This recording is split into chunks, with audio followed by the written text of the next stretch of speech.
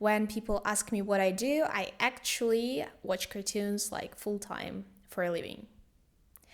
And I didn't lie in the title. Hi there. If you're new here, my name is Sonia, and here you can find videos on working with different languages, digital nomading, and the creative industry. So, for today's video, I was going to talk a little bit more about the job that I'm currently doing, because I noticed that some of you were very interested in this. So, what is it? Actually, I'm a dubbing manager in a big animation company. So, it does sound quite nice, and sometimes it even sounds easy and fun, because when people ask me what I do, I actually watch cartoons like full time for a living. And I didn't lie in the title. But honestly, for me, there was no shortcut, and I ended up doing the job that I'm currently doing after 4 years of unpaid labor. So there are two main questions that people ask when they hear about the job that I'm doing. And the first one is, seriously? Well, yes, seriously, there is such a job. And the second is, how do you work with so many languages that you don't really know? Well, actually, the situation isn't that unique. To interact with a language that you don't know and to do it quite successfully. I think all of us can do it with some knowledge. And I say it with some knowledge because interacting with the unknown is a skill in itself.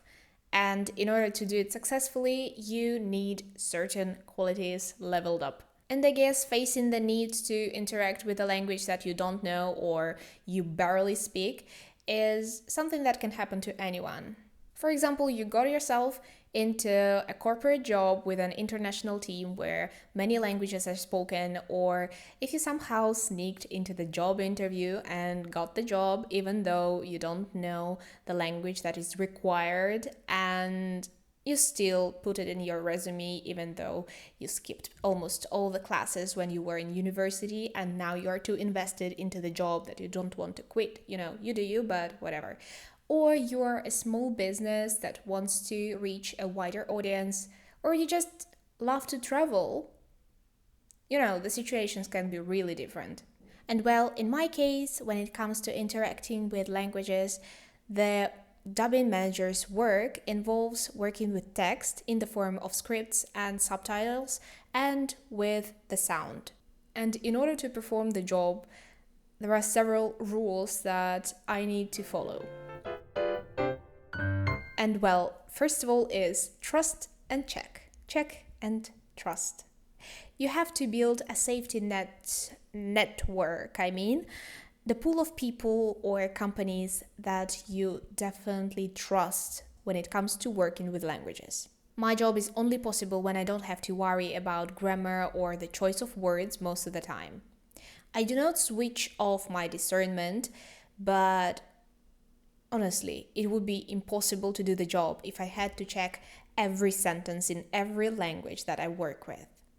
And this part is about trusting before you need to check.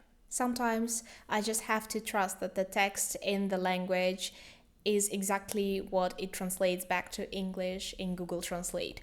Or sometimes I just have to trust that the text is not what I see in the second screen of Google Translate. Because when it comes to Asian languages, Google Translate does them dirty most of the time. So if you know a good translator from or to Vietnamese or Thai or any other less popular languages, I would be very grateful. Just to make sure we are not lost in translation here, I need to make this point. Translator is just one of the tools that I use to check the text just in case.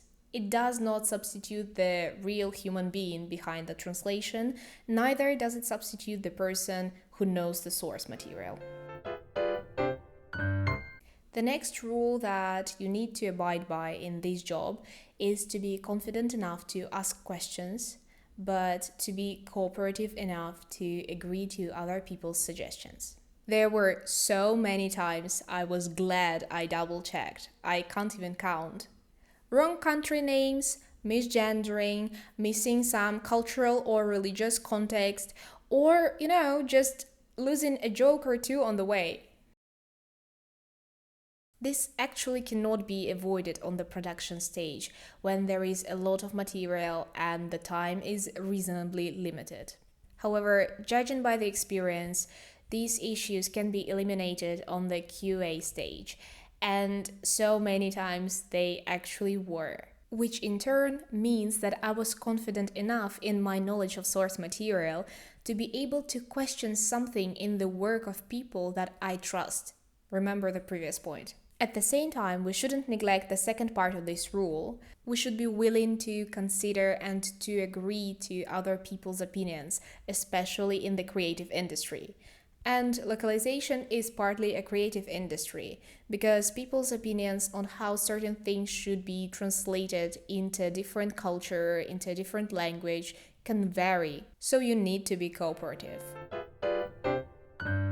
Another thing that is crucial for the job that I'm doing is to be able to learn extensively rather than intensively. Well, there is obviously a difference between intensive and extensive learning, and when you learn a language, it usually is the intensive type of learning because you need to be fully committed to be able to learn a language. And even if you learn, 2 or 3 languages at the same time, which is difficult but still manageable, it is still the intensive type of learning. But it wouldn't be that practical for me to focus on just 1 or 2 languages, so I needed to play smart around it. In one of my previous videos, the link to which you can see here or here, I really don't remember the corners, sorry, I mentioned language patterns, which actually came in handy here. I'm not a polyglot, so I'm just grasping the necessary pieces of knowledge here and there in order for this knowledge to actually serve me in the purpose that I have. In this context, extensive learning means looking into the ways to cover as large an area as possible, mostly by comparing the pieces of knowledge that I already have from different languages, and expanding my general knowledge of cultural aspects here and there, as well as finding a decent tool for working with each of the languages. I still struggle with this one though, but I guess it's a question of time. So if you have any questions about this type of job that I'm doing, please leave them in the comments below. And also, please remember to hit that like and subscribe button if you'd like to see more videos on this and other topics. And see you!